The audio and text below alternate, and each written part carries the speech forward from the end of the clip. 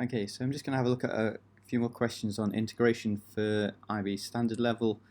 In particular, area between two curves, which we need to do the area of the curve on top, take away the area of the curve below, so using this formula here, and we can find the points to integrate between by basically finding when the two curves intersect.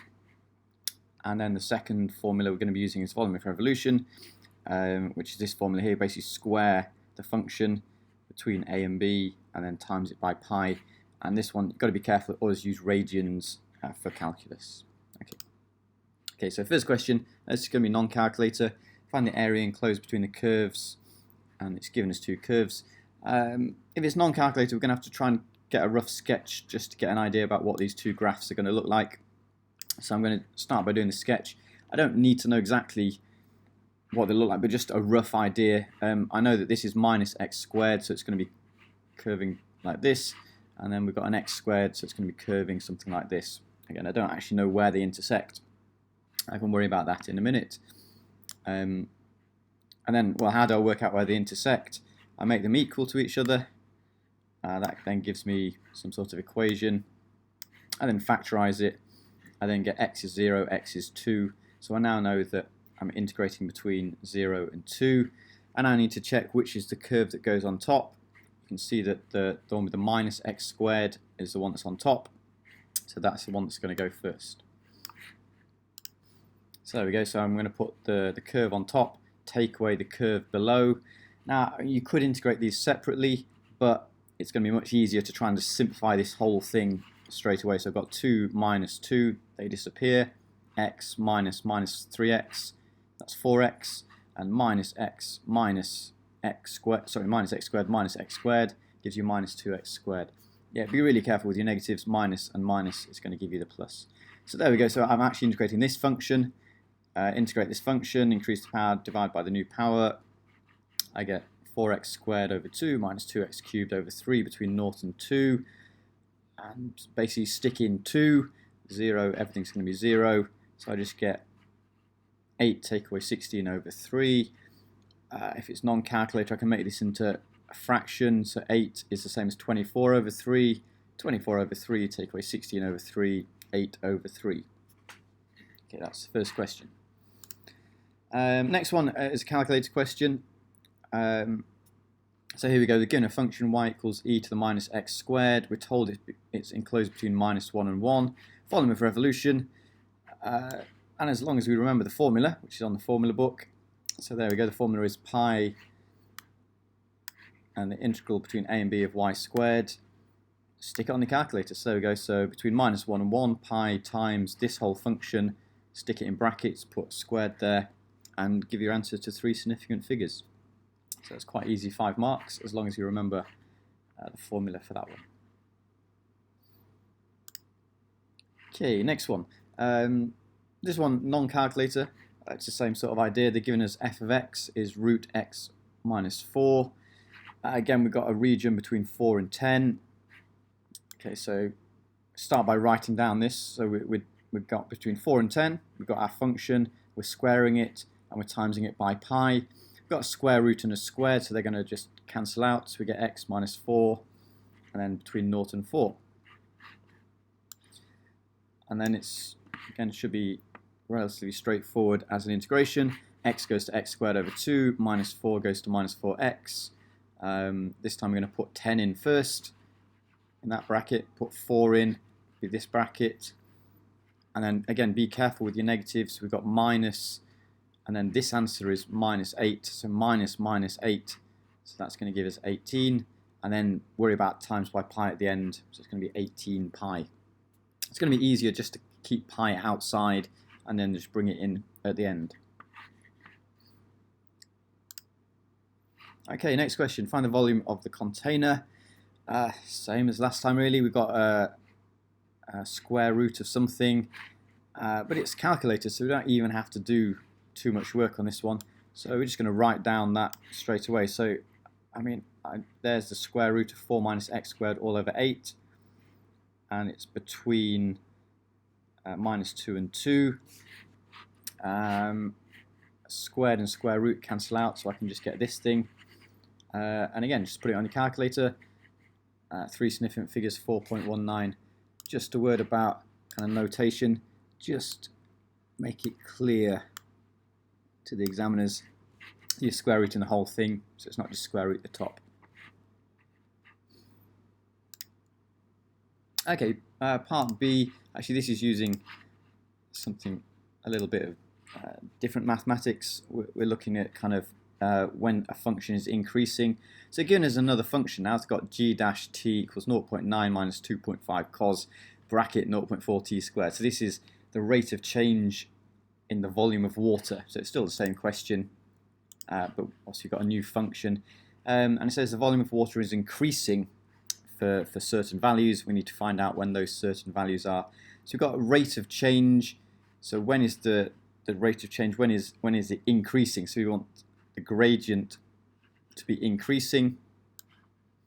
Now this is the first really important thing, and this causes lots of problems on the paper. We always have to use radians for calculus. So if you try and do this question without being in radians, you'll get the wrong answer. So it's very, very important. Make sure you're in radians. I'd write this down as well. It's normally worth 1 mark in the exam just for showing you understand. If the volume is increasing, basically the g dash t, the rate of change must be positive, and therefore I just write that down as an equation. I want the 0.9 minus 2.5 cos bracket of all this thing must be greater than 0. Just remind myself that I'm only interested between 0 and 4. And then stick it on my calculator. So this is the graph of g dash t, and I'm basically saying, well, when is this graph above the axis? So I want the graph to be above the axis. It's above the axis, therefore it's positive, and it's above the axis when p is 1.73, q is 3.56, any numbers between those two there. Okay, next one. Again, calculated question. We've been given sine of ex. X-intercept, well, stick it on your calculator. Again, got to be in radians. And then you get the answer 1.14.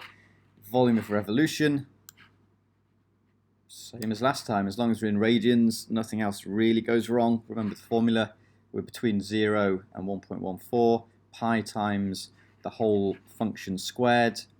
3 significant figures, 2.50. Okay, next one. This is a bit of a nasty question. So they've basically given us what g of x is. They've then defined h of x as all of g of x times cos of 0.1x. That's a real hassle. And then we've got h of x intersecting with the inverse, and we've got to integrate h of x, take away x. So they've kind of done their best to make this look really complicated.